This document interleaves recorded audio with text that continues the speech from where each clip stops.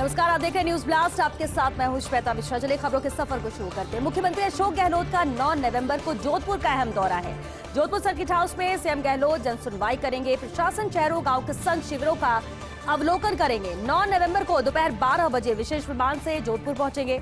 दोपहर 1 से 2 बजे तक सर्किट हाउस में जनसुनवाई करेंगे। जनसुनवाई में संभाग के सभी लोगों को आमंत्रित किया गया है। दोपहर 2:30 बजे सीएम गहलोत जाएंगे मंडोर में जालेली फौजदार। प्रशासन गांव के संग अभियान के शिविर का यहां पर निरीक्षण करेंगे। सीएम गहलोत दोपहर 3:30 बजे वार्ड 79 और 80 का दौरा करेंगे। डिगाड़ी कला स्कूल में प्रशासन शहरों के संग शिविर का निरीक्षण करेंगे।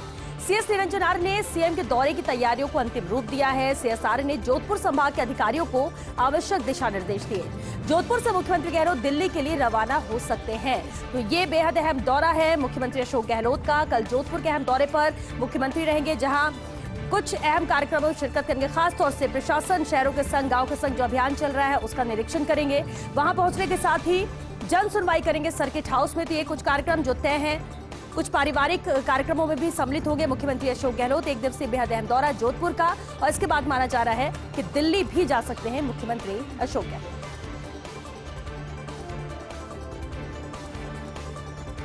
राजस्थान विधानसभा की अनूठी पहल, बाल दिवस के मौके पर आयोजित होगी बाल विधानसभा। 14 नवंबर को आयोजित होगा विधानसभा का विशेष सत्र। बच्चों के नाम रहेगा विधानसभा का ये विशेष सत्र। लोकसभा अध्यक्ष ओम बिरला बाल विधानसभा में आएंगे। मुख्यमंत्री गहलोत और स्पीकर डॉक्टर सीपी जोशी भी इस दौरान मौजूद रहेंगे। बच्चों को मिलेगा विधानसभा से जुड़े प्रश्न पूछने का मौका भी। पंडित नेहरू की जयंती को मनाया जाता है बाल दिवस के रूप में। 14 नवंबर 1889 को यूपी के इलाहाबाद में जन्मे थे पंडित नेहरू। पंडित नेहरू को शुरू से ही बच्चों से खासा लगाव रहा है। बच्चे पंडित नेहरू को पुकारते थे चाचा नेहरू कहकर। और 14 नवंबर क्योंकि बाल दिवस और इस मौके पर खास तैयारियां की जा रही, खास इंतजाम रहेंगे। राजस्थान विधानसभा की अनूठी पहल है, जहां बाल विधानसभा 14 नवंबर को लगेगी। बच्चों को सवाल पूछने का मौका मिलेगा विधानसभा को लेकर। 15 महीने बाद मुख्यमंत्री गहलोत का जोधपुर का दौरा। पिछले साल अगस्त में रक्षाबंधन पर सीएम अशोक गहलोत जोधपुर गए थे। कोरोना के चलते सीएम गहलोत नहीं कर पा रहे थे गृहनगर का दौरा। हालांकि वीसी के माध्यम से इस दौरान जोधपुर को उन्होंने कई सौगातें दी। वीसी में जोधपुर की याद आने के बारे में भी उन्होंने जिक्र किया था, यानी वीसी के दौरान भी उन्होंने जिक्र किया था कि उन्हें जोधपुर की याद आती है, लेकिन मजबूरी है कि वो जा नहीं सकते। अब जैसे ही प्रदेश में कोरोना की स्थिति वापस नियंत्रित हुई है, तो अपने शहर जाने का फैसला मुख्यमंत्री अशोक गहलोत ने किया है। कल जोधपुर जाते ही सर्किट हाउस में लोगों से मुलाकात करेंगे, उनके अभाव अभियोग सुनेंगे। प्रशासन शहरों के संग अभियान के शिविरों का भी अवलोकन इस दौरान करेंगे मुख्यमंत्री अशोक गहलोत। तो करीब 15 महीने बीत चुके हैं और 15 महीने बाद कल जोधपुर का अहम दौरा है। जोधपुर जा रहे हैं मुख्यमंत्री अशोक गहलोत।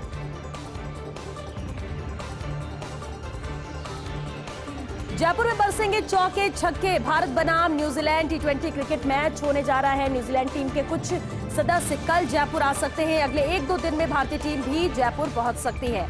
जयपुर में 17 नवंबर को शाम 7:30 बजे से मैच शुरू होगा। एसएमएस स्टेडियम में आरसीए युद्ध स्तर पर तैयारी भी कर रहा है। आरसीए अध्यक्ष वैभव गहलोत कई दिनों से तैयारियों में जुटे हुए हैं। हालांकि दर्शकों को लेकर गृह विभाग के दिशा निर्देश का इंतजार जरूर किया जा रहा है। जैसे ही उसे लेकर कुछ निर्देशित किया जाएगा, इंतजाम दर्शकों के हिसाब से भी किए जाएंगे। लेकिन फिलहाल एसएमएस स्टेडियम को तैयार किया जा रहा है, पूरी व्यवस्थाएं की जा रही है। वक्त कम है क्योंकि 17 नवंबर को यह मैच होने जा रहा है। भारत बनाम न्यूजीलैंड। कुछ खिलाड़ी न्यूजीलैंड के कल आ जाएंगे और 1-2 दिन में ही भारत के भी सभी खिलाड़ी यहां पर पहुंच जाएंगे और तैयारियों को अंतिम रूप देने की कोशिश में लगा हुआ है आरसीए।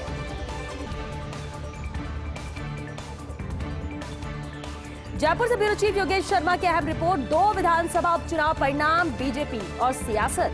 जानकार सूत्रों से इसे लेकर खबर मिल रही है। वल्लभनगर टिकट वितरण को लेकर मोदी शाह तक शिकायत पहुंची है। राजस्थान से जुड़े एक केंद्रीय मंत्री ने पूरी रिपोर्ट भेजी है ऊपर तक, और इसके तहत टिकट चयन में धांधली के भी आरोप लगाए। बेहद गोपनीय तौर पर चयन से जुड़ा विस्तृत विवरण भेजा गया है।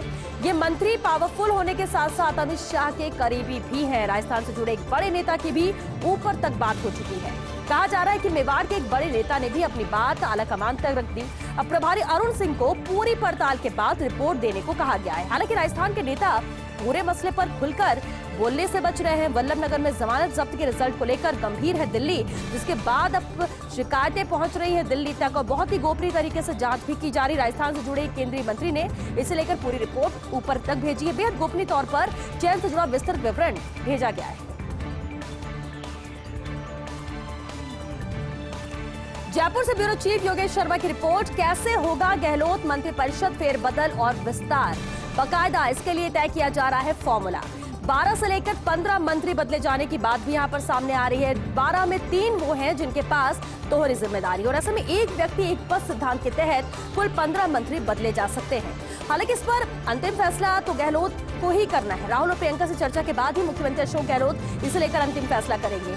SC/ST, माइनॉरिटी, जाट, ब्राह्मण पर यहाँ फोकस रहेगा, और एक जमाने में यही था कांग्रेस का परंपरागत वोट बैंक। बदलती सियासत में राजपूत, मूल OBC, गुर्जर और को साधने की बात भी की गई। जिस जाति का मंत्री हटेगा संभव है उसी वर्ग से किया जाएगा रिप्लेस। युवा और महिला वर्ग को प्रमुखता से लेने की बात कही जा रही है। जो मंत्री हटेंगे उन्हें संगठन में जिम्मेदारी दी जाएगी। कुछ AICC में शिफ्ट होंगे और कुछ PCC में। पहली बार बने विधायक को मंत्री नहीं बनाया जाएगा, ये भी तय माना जाए। लेकिन जो पहले सांसद रह चुका है वो बन सकता है मंत्री। पहली बार बने विधायक को संसदीय सचिव बनाने की बात है। पायलट कैंप से करीब होंगे 3 से या 4 मंत्री। CP जोशी कैंप की बात कर ले तो इससे भी बनाए जा सकते हैं 2 मंत्री।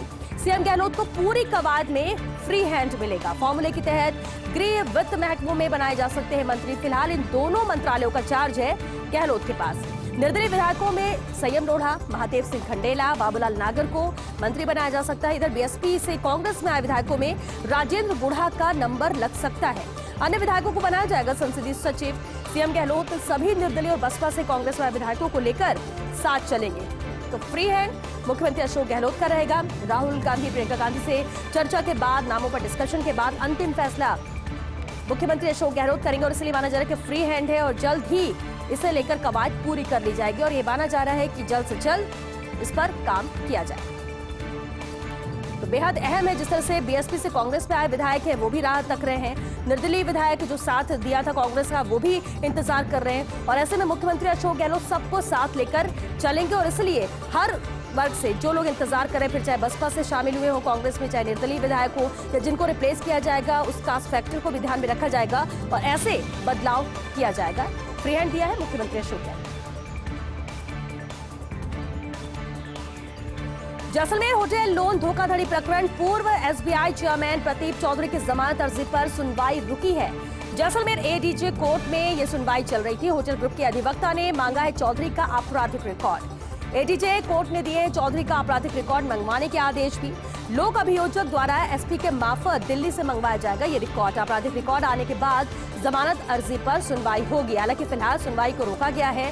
पूर्व SBI चेयरमैन प्रदीप चौधरी की जमानत अर्जी पर सुनवाई रुकी हुई है। जैसलमेर ADJ कोर्ट में यह सुनवाई चल रही थी। होटल ग्रुप के अधिवक्ता ने चौधरी का आपराधिक रिकॉर्ड भी मांगा है। ADJ कोर्ट ने चौधरी का आपराधिक रिकॉर्ड मंगवाने के आदेश भी यहाँ पर दिए हैं। लोक अभियोजक द्वारा SP के मार्फत दिल्ली से मंगवाया जाएगा ये रिकॉर्ड। आपराधिक रिकॉर्ड आने के बाद जमानत अर्जी पर सुनवाई होगी। प्रदेश में लापरवाही से खौफनाक होता डेंगू। बेकाबू डेंगू के पीछे की एक बड़ी सच्चाई सामने आई है। लापरवाही वजह है। दरअसल SMS में दर्जनों ऐसे मरीज किए गए हैं डेंगू के चिन्हित, जिनके घर में पिछले दिनों में सामने आए डेंगू के 2 से 3 केस।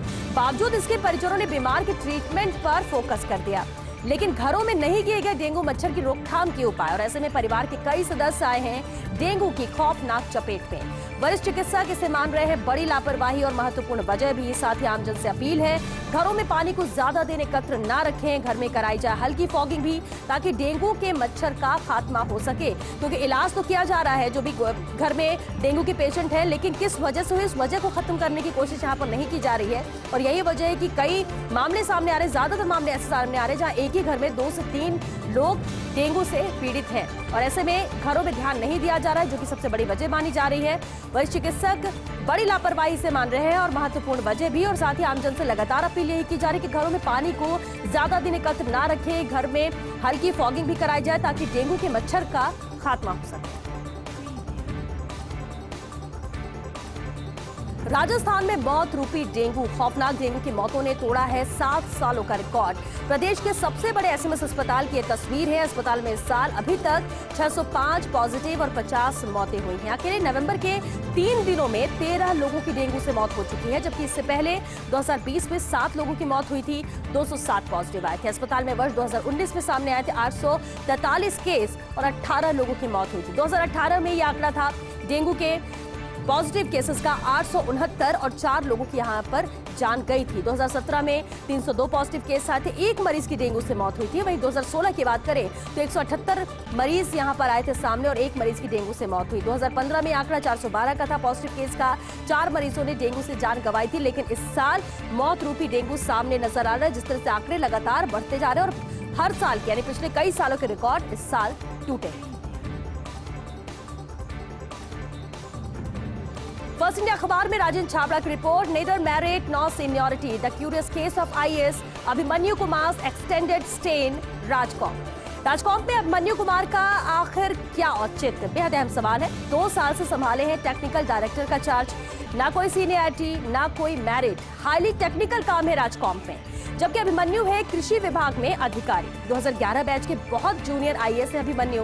कई दिनों तक एमडी की कुर्सी भी इन्होंने संभाली है। सरकार में एक पावरफुल अफसर के चहेते हैं अभिमन्यु और इसलिए बिना किसी औचित्य के राजकॉम्प में है काबिज। अभिमन्यु के मार्फत पावरफुल अफसर बनाए हुए राजकॉम्प में पूरा दखल और इसके माध्यम खुद अभिमन्यु बने हुए हैं। तो बेहद अहम सवाल ये कि राजकॉम्प में अभिमन्यु कुमार का आखिर औचित्य क्या है। 2 साल से टेक्निकल डायरेक्टर का चार्ज इन्होंने संभाला है, ना कोई सीनियरिटी है और ना ही कोई मेरिट है। हाईली टेक्निकल काम है राजकॉम्प में, जबकि अभिमन्यु कृषि विभाग में अधिकारी है। 2011 बैच के बहुत जूनियर आईएएस अभिमन्यु और कई दिनों तक तो एमडी की कुर्सी भी इन्होंने संभाली। सरकार में एक पावरफुल अफसर के चहेते हैं अभिमन्यु और इसीलिए बिना किसी औचित्य के राजकॉम्प में काबिज है। अभिमन्यु के मार्फत पावरफुल अफसर बनाए हुए हैं राजकॉम्प में पूरा दखल।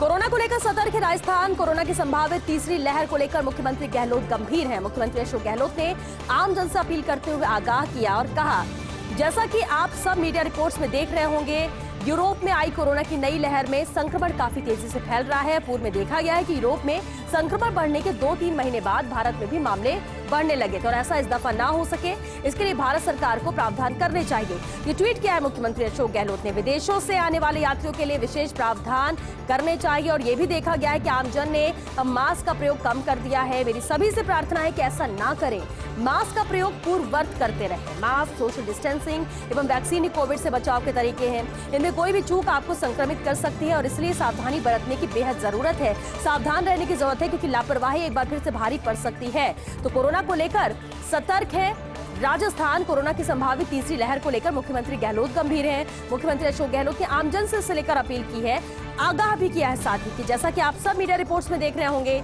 यूरोप में आई कोरोना की नई लहर में संक्रमण काफी तेजी से फैल रहा है। पूर्व में देखा गया है कि यूरोप में संक्रमण बढ़ने के 2-3 महीने बाद भारत में भी मामले बढ़ने लगे। ऐसा इस दफा ना हो सके, इसके लिए भारत सरकार को प्रावधान करने चाहिए। विदेशों से आने वाले यात्रियों के लिए विशेष प्रावधान करने चाहिए। ये भी देखा गया है कि आमजन ने अब मास्क का प्रयोग कम कर दिया है। मेरी सभी से यही गुजारिश है कि वो पहले की तरह ही मास्क का प्रयोग यहाँ पर करना शुरू कर दे, लापरवाही ना बरते। मास्क, सोशल डिस्टेंसिंग एवं वैक्सीन ही कोविड से बचाव के तरीके और इनमें कोई भी चूक आपको संक्रमित कर सकती है और इसलिए सावधानी जरूर बरतें। संसदीय क्षेत्र कोटा बूंदी के प्रवास पर लोकसभा अध्यक्ष ओम बिरला ने दिखाई किसानों के प्रति संवेदनशीलता।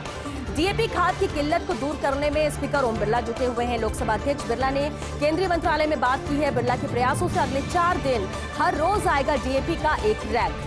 चंबल फर्टिलाइजर से 8 नवंबर को कोटा के लिए आएगा डीएपी का रैक। 12 के लिए चंबल फर्टिलाइजर से आएगा डीएपी का रैक। बूंदी के लिए एनएफएल से आएगा डीएपी रैक। आईएफएल से फिर कोटा के लिए आएगा रैक और इसके बाद भी डीएपी रैक आने का सिलसिला जारी रहेगा।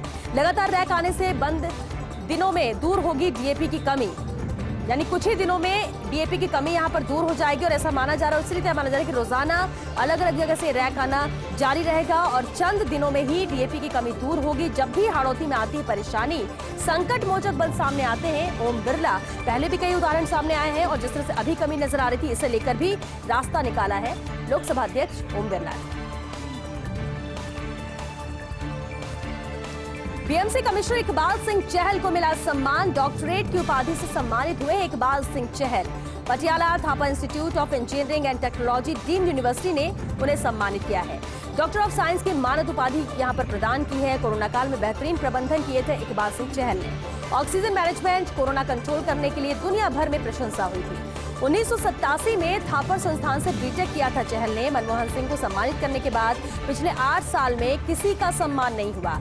मूल रूप से श्रीगंगानगर के निवासी हैं इकबाल सिंह चहल। अब राजस्थान के ये सपूत मुंबई में अपनी छाप छोड़ रहे हैं और ये उनकी कार्यशैली से साफ नजर आ रहा है। उन्हें डॉक्टरेट की उपाधि से आज सम्मानित किया गया पटियाला। देश के 119 और प्रदेश के 8 हस्तियां पद्म अवार्ड से सम्मानित हुई हैं। राष्ट्रपति भवन में राष्ट्रपति रामनाथ कोविंद ने इन्हें सम्मानित किया। इस बार 7 हस्तियों को पद्म विभूषण, 10 को पद्म भूषण, 102 हस्तियों को पद्मश्री पुरस्कार से सम्मानित किया गया। 16 हस्तियों को मरणोपरांत प्रदान किया गया पद्म पुरस्कार। जापान के सबसे लंबे समय तक प्रधानमंत्री रहे शिंजो आबे, पार्श्व गायक एसपी बालासुब्रमण्यम भी मिला है पद्म विभूषण अवार्ड। तो इस तरह से हस्तियों को सम्मानित किया है राष्ट्रपति ने। इधर पेट्रोल डीजल पर वैट घटाने का प्रेशर है। अब विपक्षी शासन वाले राज्य पर ये दबाव बनाया जा रहा है। भाजपा नेता विपक्षी शासन वाले राज्यों पर ये प्रेशर बना रहे हैं। हाल ही में केंद्र सरकार ने घटाया पेट्रोल डीजल पर वैट। अब गैर भाजपा सरकारों पर वैट घटवाने का एक माहौल बनाया जा रहा है। दिल्ली सीएम केजरीवाल के घर के बाहर भाजपा नेताओं ने प्रदर्शन भी किया।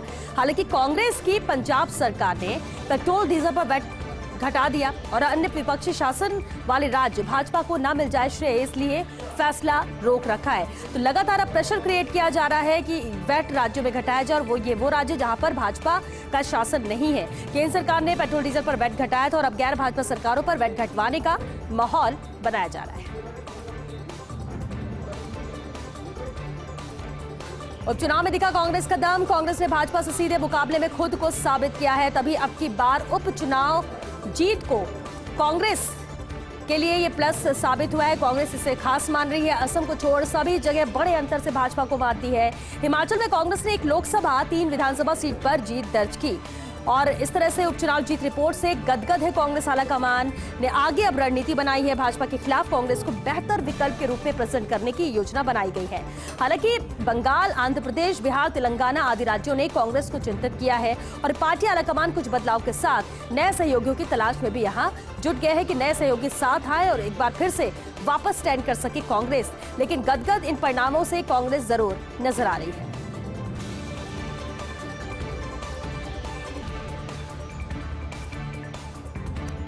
देश के 119 और प्रदेश की 8 हस्तियां पद्म अवार्ड से सम्मानित की गई हैं। राष्ट्रपति भवन में राष्ट्रपति रामनाथ कोविंद ने इन्हें सम्मानित किया। इस बार 7 हस्तियों को पद्म विभूषण, 10 को पद्म भूषण, 102 हस्तियों को पद्मश्री पुरस्कार से सम्मानित किया गया। 16 हस्तियों को मरणोपरांत प्रदान किया गया पद्म पुरस्कार। जापान के सबसे लंबे समय तक प्रधानमंत्री रहे हैं शिंजो आबे, पार्श्व गायक एसपी बालासुब्रमण्यम को भी पद्म विभूषण अवार्ड से सम्मानित किया गया। प्रदेश की 8 हस्तियों को भी समारोह में पद्मश्री पुरस्कार मिला।